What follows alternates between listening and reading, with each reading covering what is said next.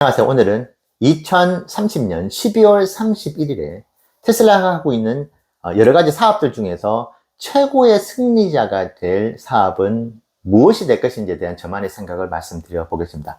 최근에 단기적인 이슈들을 가지고 우리가 너무나 혼란에 빠져 있는 것 같습니다. 지금 미국이 참전했다는 이야기도 또 나오더라고요. 근데 이럴 경우에 우리는 조금 더 긴 호흡으로 바라보는, 지금 영상을 보시는 분들 2030년도까지 다 투자를 하려고 계획하고 계시는 분들이지 않습니까?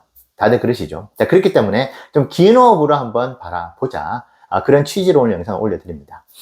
자, 이제 전기차 사업 부문이 있을 수 있죠. 그리고 에너지 사업, 로보택시, 옵티머스, 이 네 가지 사업 후보들이, 그리고 이 중에서 1위가 탄생할 가능성이 매우 높죠. 자, 그러면 하나하나 이 사업들이 얼마만큼의 순이익을 2030년도에 가져다 줄지를 좀 단순 계산이지만 한번 우리가 큰 그림을 그려보는데 좀 의미가 있을 것 같습니다. 충분히 도움이 될 것 같아요. 자, 먼저 전기차 사업은 올해 180만 대잖아요. 그러면 매년, 물론 170만 대라고 하시는 분들도 있는데 어쨌든 180만 대 정도를 잡고 저가의 전기차가 출시가 된다면 좀 판매량이 높아질 수 있죠. 자, 5년 동안에 약 20%의 인도량의 상승이 있다고 봤습니다. 저가형 전기차가 나오기 때문에 인도량 자체의 상승을 20%로 매년 둔다는 것이 허무맹랑한 논리는 아닌 것 같습니다. 자, 그러면 2030년도에 갔었을 때 약 440만 대가 되는데, 뭐 주니퍼의 리프레시가 5년 안에 또 한 번 이루어질 수도 있고, 모델3 하이랜드의 리프레시는 가능성이 매우 높겠죠. 자, 그러면 이번에도 경험을 한 바와 같이 그 기간 동안에 인도량의 감소가 불가피하게 있을 수밖에 없을 것 같습니다. 그래서 그 부분들을 감안한다면은 1년에 400만 대 정도 보는 것이 좀 뭐 보수적으로 볼 수는 있겠지만은 400만 대로 계산을 하는 것이 좀 합당한 것 같아요. 자, 그리고 한 대당 그러면 얼마를 벌 수 있을 것인가? 저는 여전히 저가형 전기차가 나올 것이기 때문에 3,000달러, 그리고 프로모션을 지금처럼 계속 공격적으로 할 가능성이 높아 보일 것 같습니다. 경쟁이 뭐 5년 동안에 계속 지금처럼 치열하지 않을 리는 없을 것이니까 말이죠. 자, 그렇다고 한다면은 3,000달러의 대당 순이익을 놓고 봤었을 때 2030년도에 약 17조 원 정도의 하나로 순이익을 가져다 줄 것이라고 봅니다. 자, 17조 원 전기차 사업 부분. 자, 그 다음에 에너지로 가보겠습니다. 에너지는 지금 폭발적인 성장을 매년 하고 있다고 해도 과언이 아니죠.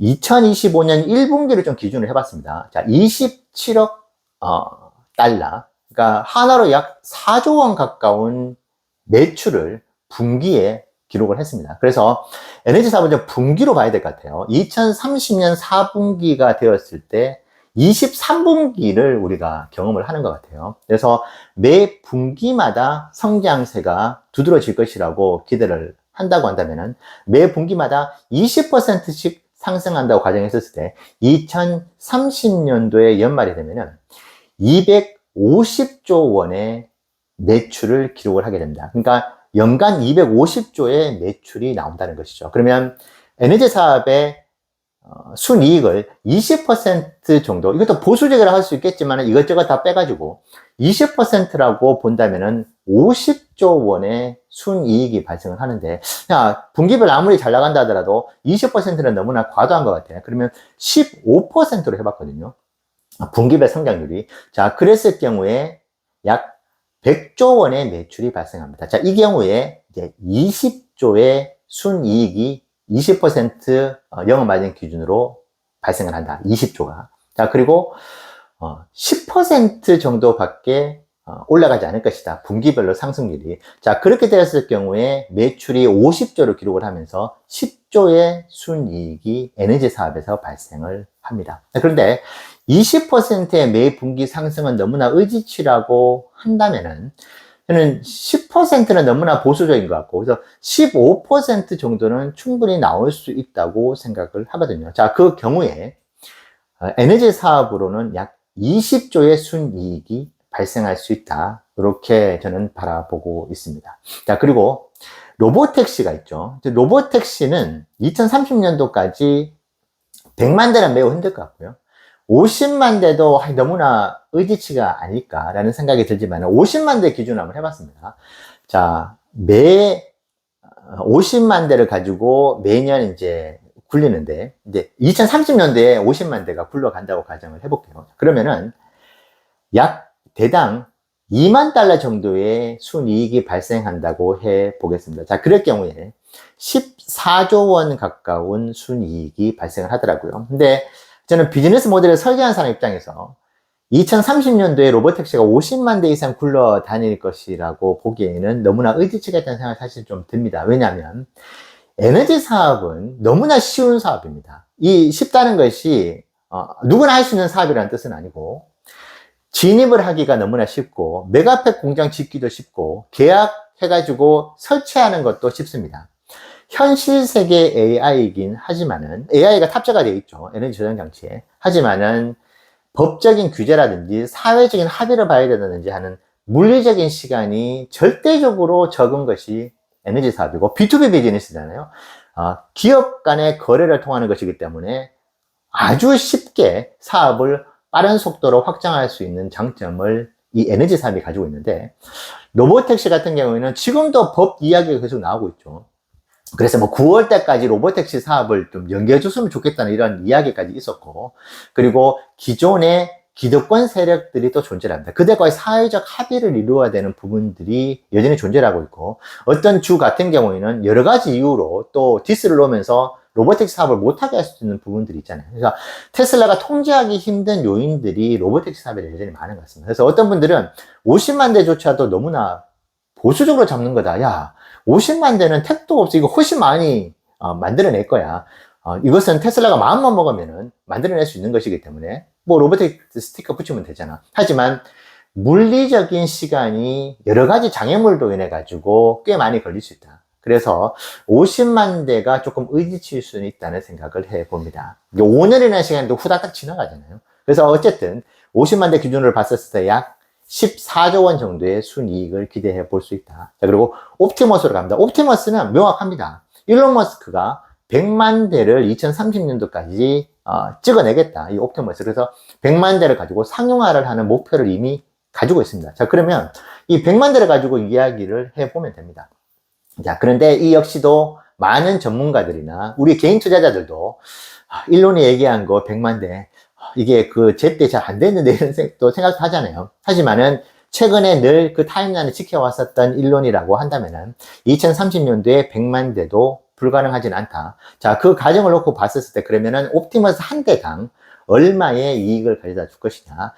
일론 머스크는 옵티머스의 대당 가격을 3만 달러 아래로 하겠다고 이야기를 했습니다. 저는 3만 달러 위로 가는 프리미엄 상품이 있을 수는 있죠. 하지만은 철저하게 가성비 좋은 옵티머스를 만들어낼 것이라고 봅니다. 왜냐하면 일론도 사이버 트럭의 현재 기준으로 실패 사례를 경험을 하면서 성능이 아무리 뛰어나고 아무리 디자인적으로 혁신적이라 하더라도 가격이 높으면 안 팔리는구나 하는 것을 사이버 트럭을 통해서 정말 크게 배웠을 것 같습니다. 그래서 옵티머스를 3만 달러 이상으로 잘 팔지 않을 것이라고 본다면은 10,000달러 정도의 순이익을 거기서 거둘 수 있지 않을까 생각을 해봅니다. 아마 자동차 사업에 비해서는 원가 구조가 옵티머스가 훨씬 좋을 거예요. 자, 그렇다고 봤었을 때 이 역시도 로보택시와 비슷하게 14조 원 정도의 순이익을 기대해 볼 수 있게 됩니다. 그래서 토탈 합치면은 2030년도에 약 계산해 볼까요? 로보택시와 옵티머스가 합쳐가지고 그냥 쉽게 계산해서 약 이제 30조. 그리고 전기차와 에너지 사업이 합쳐가지고 40조, 뭐 한 2, 3조 빠진다고 했을 때 약 65조에서 70조 정도의 전체 순이익을 2030년도에는 기록해 줄 수 있겠다. 이렇게 생각해 보는데, 자, 그럼 최종 승자, 제가 보는 관점에서의 최종 승자는 누가 되는 것일까요? 저는 에너지 사업이 2030년도 기준으로는 최고의 EPS에 공헌을 해주는 보물과 같은 사업이라고 생각을 해 봅니다. 자, 2등은 전기차 사업이 될 것이고, 일론도 이 얘기를 한번 했었었죠. 전기차의 EPS가 에너지 사업의 EPS가 전기차를 넘어서는 날이 올 것이다. 저는 그것이 2030년 이전에 있을 수 있고, 저는 15%를 아까 잡았잖아요. 이것이 15%에서 20% 중간 단계에서 분기별 상승이 충분히 있을 수 있다는 생각을 하고 있고, 과거의 데이터를 놓고 봤을 때도 그것이 허무맹랑한 이야기가 아니거든요. 그러면은 저는 보수적으로 잡았을 때 1년에 20조의 순이익을 2030년도에 이 에너지 사업이 가져다 줄 수 있다고 봅니다. 그래서 2등은 이제 전기차 사업, 3등과 4등이 옵티머스와 로보택시 사업이 가져가지 않을까. 아마 많은 분들께서는 옵티머스 사업이 2030년대 최고의 비즈니스가 될 것이라고 생각하시는 분들도 꽤 많이 계시는 것 같긴 합니다. 하지만 옵티머스조차도 여러 가지 물리적인 시간을 잡아먹는 장애물들이 있을 수 있을 것 같아요. 뭐 윤리적인 문제부터 해가지고 옵티머스가 갑자기 빡 돌아가지고 이것이 인명피해를 줄 수 있는 그런 잠재적인 리스크가 있지 않느냐, 이런 이야기, 그런 이야기가 나오는 것 자체로 벌써 시간을 까먹게 되는 그런 사업 형태가 옵티머스이기 때문에 에너지 사업이 지금 테슬라가 하고 있는 사업 중에서 가장 심플하고 가장 확장 속도도 빠르고, 그리고 개런티가 되어 있는 어떤 거래처들도 여전히 많이 확보가 되어 있는, 그리고 신재생 사업에 대한 미래 사업의 어떤 그 잠재력, 이 역시도 에너지 사업이 다른 로보택시와 옵티머스 그리고 전기차 사업을 앞서 나갈 것이라고 감히 말씀드리고 싶습니다. 제 생각이 완전히 많이 틀려가지고 옵티머스와 로보택시가 대박이 나고 전기차 부문이 500만 대, 800만 대가 나오는 그런 시나리오를 저도 희망해 봅니다만은, 상품을 오랫동안 다뤄보고 비즈니스를 오랫동안 설계해 본 제 입장에서 에너지 사업은 정말 멋진 사업이고, 제가 테슬라에 올인을 진짜 모든 자산을 다 테슬라에 넣어도 안심하고 내가 투자를 할 수 있겠다고 쉽게 그런 생각을 하게 만드는 것이 이 에너지 사업 같습니다.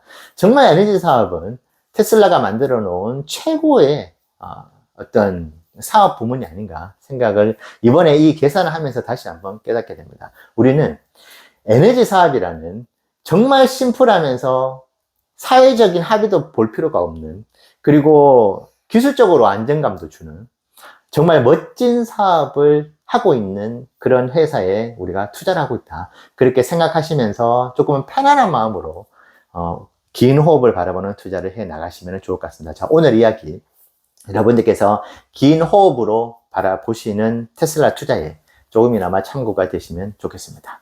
감사합니다.